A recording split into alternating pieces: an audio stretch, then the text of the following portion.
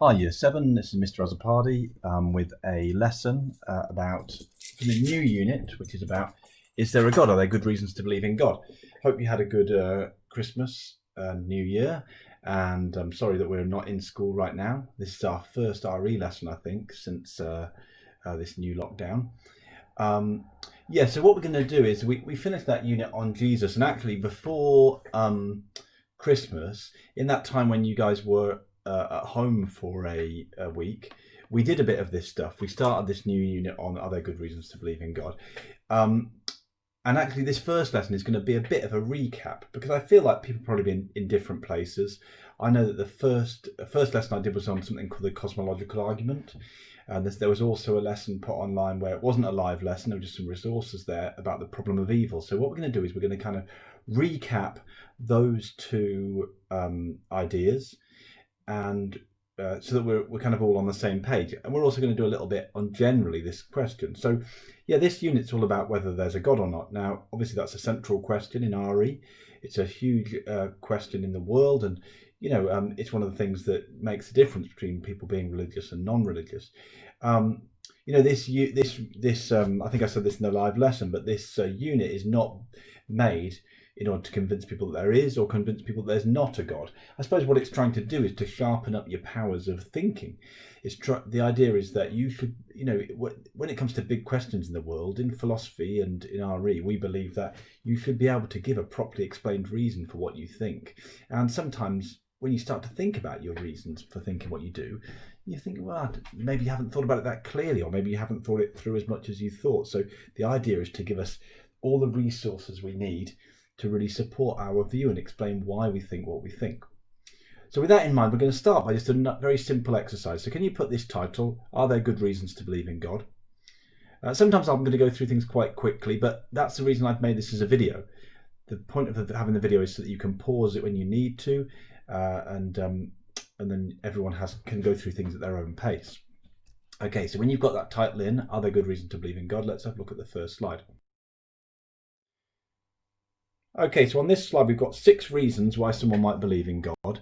All I want you to do as your first task is to read through these reasons and just think, are they good reasons? Are they bad reasons? Are they good reasons to think there's a God, or are they bad reasons? Now, you might think, well, hold on, but if you believe in God, surely, if you don't believe in God, surely that makes you think all the reasons to believe in God are bad. Well, not necessarily, because you might think, well, yes, you probably wouldn't find any of them completely convincing, but as you go through this list, you're probably going to think, well, some of these are better than others. So that's what you would think, which are, even if you don't agree with them, which are pretty good and which are not good. On the other hand, if you believe in God, you might think, well, I can't think any of these reasons are bad. Well, that's not true either, I don't think, because even if you believe in God, you might say, well, some people don't believe in God for very good reasons. They don't seem to have a very good reason for it. So just because you do believe doesn't mean that you necessarily think all the reasons for believing are good ones. So what I want you to do is, when I explain what to do, pause the video, read through them, and all I want you to do in your notes is just to write down the number of the argument that you thought was the best. So I thought the strongest argument was 1 or 2 or 3, whatever it was, and tell me why you thought that was a good reason. I also want you to pick the one that you thought was the worst and write down that number and why you think that's not a good reason. So yeah, just to explain it again, you're going to write down the number of the argument, 1, 2, 3, 4, 5 or 6, that you thought was the best reason to believe in God, and write down why. And then you're going to write down the number that you thought was the worst reason, and then write down why you thought that was the worst one. Okay, pause the video now and then restart when you've finished. Okay, let's just have a look through. You could have done that task now. Let's have a look at some of these. Look, I would have said some of these are not that strong. Look at number 2. 84% of the world believes in some sort of God, so there must be a God. Well, that's an interesting fact that most people in the world believe in God. The majority do. But I mean, just because a majority of people think something, it doesn't mean it's true. There was probably a time in this country where everyone thought the world was flat. But that's not a good reason to believe it is flat, because it's not flat. So people can be wrong. The majority of people can be wrong. So I don't think just because lots of people believe in it, it's a good reason to believe. Here's another one I don't think is good. Number 3, some people believe in God because their parents believe in God and they were brought up in a religious family. Well, is it a good thing to believe in something just because your parents believe it? Now, it might be that your parent, if your parents believe in God, that they've explained to you very clearly why they believed in God, and it turns out they've got very good reasons. But that's not what it's saying here. This is saying that people believe in it just because their parents do. Well, I don't think that's a great reason to believe in something. People's parents could be wrong. Maybe it's a bad reason to believe it. There are some here that I think could be at least a bit more convincing. What about this one? Where is it? Some people argue the world can't come out of nothing. There must have been something that started it. Well, that seems to me a bit more of an interesting idea. Nothing can come from nothing, so surely there's a God that started the world. What about this? Some people believe in a God because the world looked like it's been designed by somebody. God could be the designer. If you look at the world, there's lots of things that seem amazingly perfect for human beings to live in. We have an environment that is just right. If we lived on a planet nearer to the sun or further from the sun, we couldn't survive because it would be too hot or too cold. We've got plants and food that grows and that is just right for us to eat. We seem to be fitted and suited to our environment in many different ways. Now, there are definitely ways that you can criticise that idea, but to some people that seems convincing that everything in the world is so perfect. There must be a God who's a designer. Okay, we're going to go and look at two of we're going to look at two arguments about the existence of God in detail now. And actually, one of them is a reason to believe, and one is a reason not to believe. So like I've said before, we're not looking to try and convince people there is or is not a God. We're trying to give balance, look at both sides of the argument. So let's go on to the first one. So the first one is the cosmological argument. This is the argument that we did a live lesson on before, but I'm going to kind of go through a summary of it today and ask you to take some notes about it so that we've all got it fresh in our mind. It was quite a while ago now with Christmas and everything that we did this lesson. So you need to put that title, the cosmological argument. But for the next couple of minutes while I'm talking through this slide, you don't need to write anything else down. You just need to have the title, and then I'm going to ask you to do some questions afterwards. So the cosmological argument. Now this argument, an argument is when we say argument in philosophy, we mean a reason for believing in something. So this is a reason for believing in God that was created by this guy, Thomas Aquinas, or at least he came up with the most famous version of the argument. He was a Catholic philosopher who lived in the 13th century. Thomas Aquinas said this: there is no case known in which a thing is found to be the efficient cause of itself. In the live lesson, I asked you, what did this mean? What's that quote saying? Well, it's actually quite simple. All he's saying is that nothing that exists caused itself. Everything is caused by something else. So look, if we think of some straightforward examples, it makes sense. I've got a pen in front of me. If I showed you this pen and said this pen caused itself, it came out of nowhere, well, you'd think I was gone a bit crazy. Because nothing causes itself. Everything has a cause that is something else. And that's the same for anything you can think of. There's a desk in front of me. There's some books in the room I'm in. I'm wearing some clothes. What else can I see around me? I've got a guitar. Bit out of tune. I've got a guitar in the room with me. All those things exist. But none of them cause themselves. Guitars don't just come out of nowhere. Books don't just come out of nowhere. Clothes don't just appear out of nowhere. They're all caused by something else. Now, so far, we haven't said anything about the universe, which the cosmological argument is an argument about the universe. We haven't said anything about God. So what's this got to do with God? Okay, so that's the next part. So Thomas Aquinas thinks like this: well, everything that exists was caused by something else. That's what that quote's all about. The universe exists. Therefore, the universe must have been caused by something. So if everything that exists has a cause that's not itself, then the universe must have a cause. Now, the problem here is that the universe means everything that we know about. Everything, the universe doesn't just mean our planets where we live. And it means the whole of every solar system, every star, every planet, everything in the whole of existence. So that means there must be something. If everything that exists has a cause outside itself, and the universe is everything, then that must mean there must be a cause outside of the universe that made it exist. And Thomas Aquinas thinks that must be God, because only God is powerful enough to have created everything, the whole universe. So it's an interesting argument. Basically just the argument of, why is there anything? Why did the universe come into existence in the first place? Surely there must be a God to start it. Let's have a look at some of the responses to it. So when we look at these arguments, we're not just going to hoover them up into our mind and say we agree with them. We're going to look at why people disagree, because lots of people disagree. Here's one reason to disagree. The universe was caused by the Big Bang, not by God. A scientific kind of view. Now, this is an interesting point of view. A lot of scientific evidence suggests that the Big Bang, the universe did start with the Big Bang. Everything that existed was compressed into a tiny, tiny particle, and then suddenly it expanded and exploded very, very quickly, and the universe was created like that. And the universe is still expanding after that Big Bang, according to the theory. Now, it's an interesting theory, but I think there's a problem with saying that it goes against the cosmological argument. And theists, people who believe in God, would say, hold on, but we might agree that the Big Bang explains how the universe started, that's how it started in this big explosion or big expansion. But it doesn't really explain why it started in the first place. What caused the Big Bang?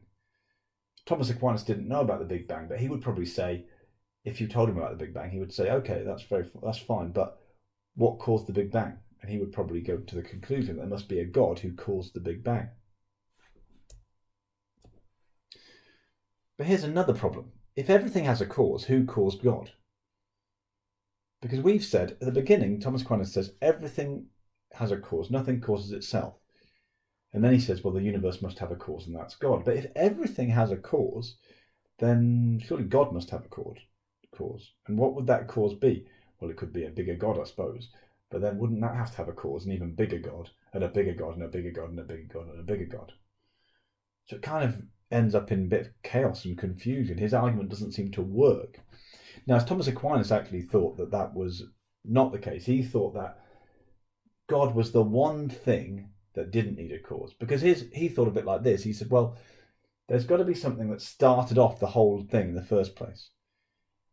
Because if everything has a cause and those causes just go back and back and back and back and back and back forever, then how did anything get caused? So he said there's got to be one thing, just one thing that doesn't have a cause, that caused itself. And that would be God. But then, see, an atheist might say back to him, hold on. You're saying that there is one thing that doesn't have a cause, but maybe the universe didn't have a cause. Maybe the universe just caused itself. Why can't that be? So here are some problems with Thomas Aquinas' point of view. Okay, let's look at some questions. So what I want you to do is answer these questions. Now, it's a bit tricky because all the information's on the last slide that you need for this question. So what I'm going to do is I'm going to put the slides onto Teams as well. So that means you could either look at the questions on the slides and go back to look at the information on the video, or you can just do it all from the slides, so it's there. So somehow you've got to make sure that you can look at the questions and then go back to the video. But the questions are these. Which quote from Thomas Aquinas is the cosmological argument based on? That's the quote in the quotation bubble that was on the last slide. What does the quote mean? What does he mean when he says that nothing is found to be the efficient cause of itself, or whatever he said? Number 3, why did this quote lead Thomas Aquinas to believe there must be a God? Why did that quote, which is about things having a cause, make him think there's a God? And number 4, why might some people say that the cosmological argument does not prove there is God? Just give me one reason why some people might say it's not a good argument. It doesn't prove there's a God. I've got an extension task on there. That is to say, if you get through the questions and you really think, right, I get this, I really understand all this stuff, try this. What do you think about this argument? Has Thomas Aquinas proved there's a God or not? Is it a good argument that he's making there? Okay, so I'll pause the video at this point. Make sure you complete those questions, and then we'll move on to the next part of the lesson.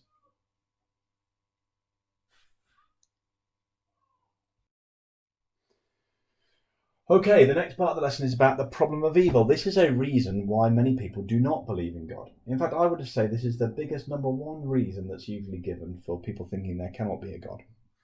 And the problem of evil is based on bad stuff. So look, there's lots of bad stuff in the world. There's lots of good stuff, but there's lots of bad stuff too. Here's some examples. Volcanoes erupting, they kill people who live nearby. War. I'm not saying those soldiers are bad people, but just the fact that there are wars is a bad thing. It causes violence and death. The next picture is someone stealing something. Someone stealing a wallet out of someone's pocket. There's theft. Crime goes on in the world. Lastly, illness. People get sick. That happens in the world. All this bad stuff is there. Now, why does that make people think there's no God? Well, it's because of this. This is called the inconsistent triad. A triad is just a group of three things. Group of three things. And an inconsistent triad is three things that can't all be true at the same time. And atheists think that these three things here make up an inconsistent triad. And they are this. Evil exists. We know that's true. There's evil stuff in the world. But when it says evil here, it just means bad stuff. Like the stuff at the top there, those pictures. Evil exists in the world. Well, everyone knows that's true. God is omnibenevolent. If you think back to your key terms, that means all-loving. And the next one, God is omnipotent. That means all-powerful. So evil exists, God is all-loving, God is all-powerful. Why can't those three things all exist at the same time? Why can't they all three be true? Well, here's why. Atheists, that's people who don't believe in God, argue that these cannot all be true because, firstly, if God was really all-loving, he would want to get rid of evil things in the world. Because all-loving means he cares about everybody. So he would want to get rid of all earthquakes. He'd want to get rid of all war, crime, illness, all that stuff. So he should want to get rid of it if he really is all-loving. And remember, theists believe that he is. If God was really all-powerful, he would be able to get rid of all the evil things in the world. So omnipotent means he can do anything.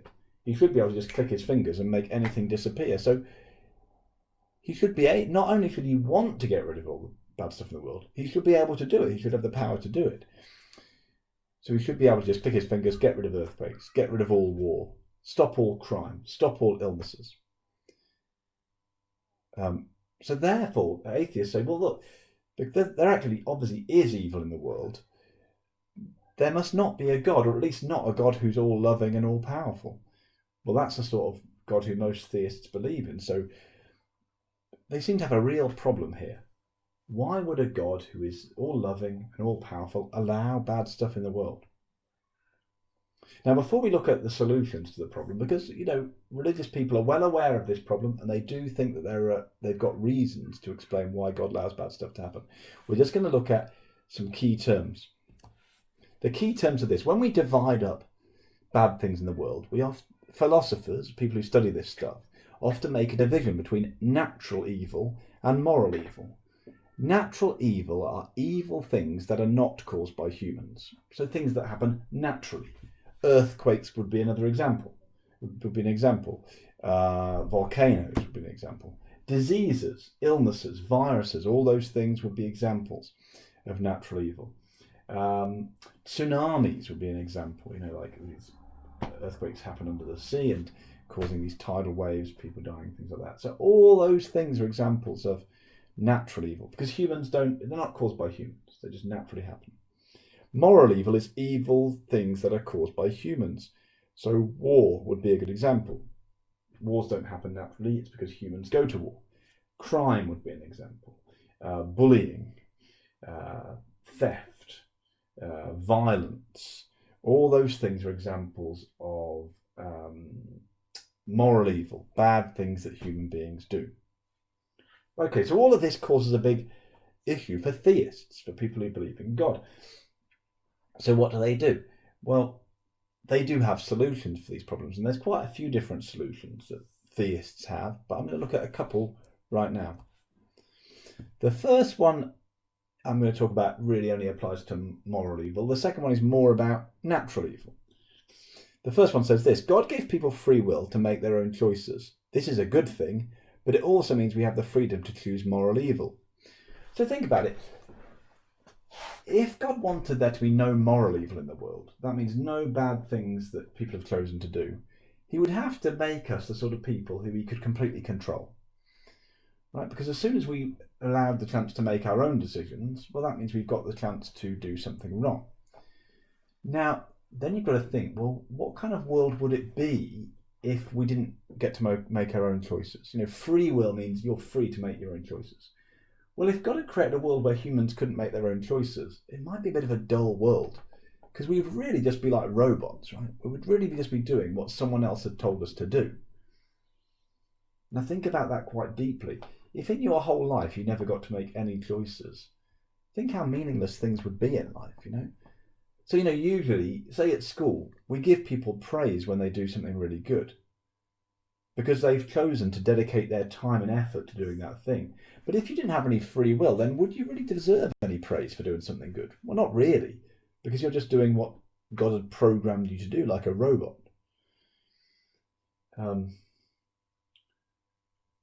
We often admire people in life who've done things that we think are they should be proud of. You know, people who've given lots of money to charity, people who've done something really brave, people who, instead of thinking about themselves, always put the needs of other people first. Those are the sort of people we admire and think are good people. But the point is, if they didn't have free will, then there would be nothing to admire about them, because all they'd be doing is what they were programmed to do by God. So really, to have any sense of like our life being meaningful and any sense of like, well, us achieving something in life, we have to have free will so that we can choose to do the things that we want to do. But obviously, if God gives people free will, then he has to bear in mind that that's going to bring the possibility they'll do really bad things.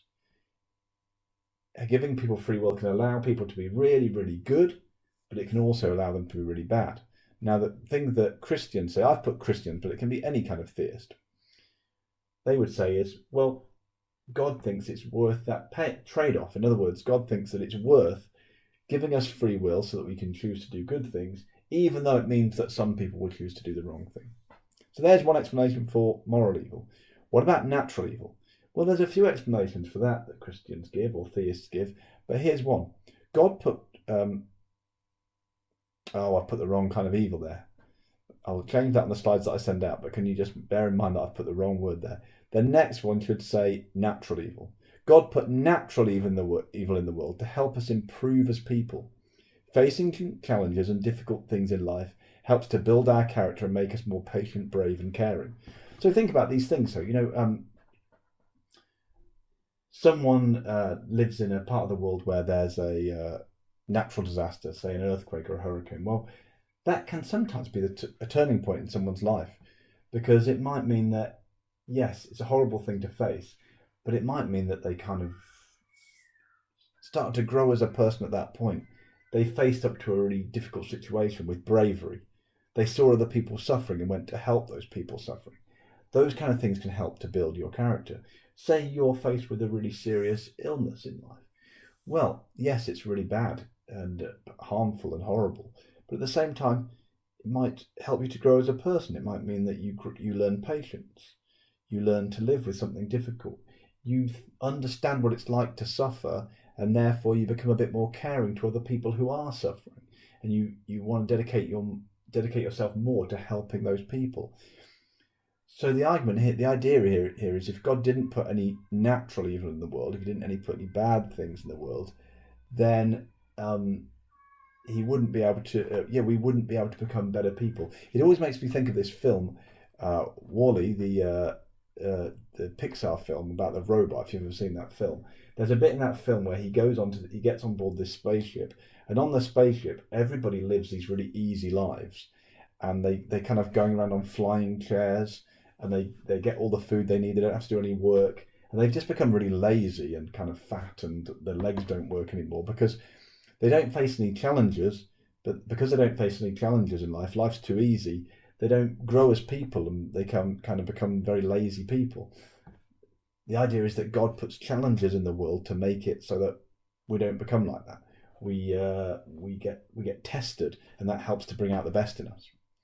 So just remember, when you get to doing the questions, that on the bottom right-hand side of the screen, when it says God put moral evil in the world, it should say God put natural evil in the world.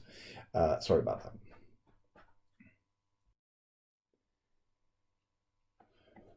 Okay.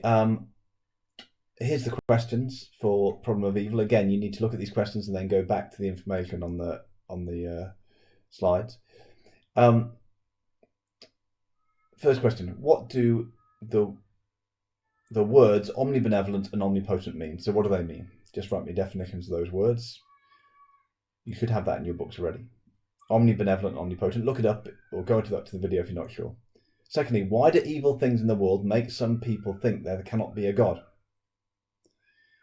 Number 3, what is the difference between natural and moral evil? Give an example of each kind of evil in your explanation. So what's the difference between those two things? Number 4, how could a theist respond to the problem of evil? What could they say in response to it? What reasons could they give for why God allows evil things in the world? And your extension, if you feel, if you want to challenge yourself, what do you think about this argument? Does the problem of evil prove that there is no God? Or do you think that some of the things that Christians said in response, or theists said in response, are convincing? Okay, have a go with those that information. Do what you can. And I'll be coming with another lesson later this week. Okay, thank you.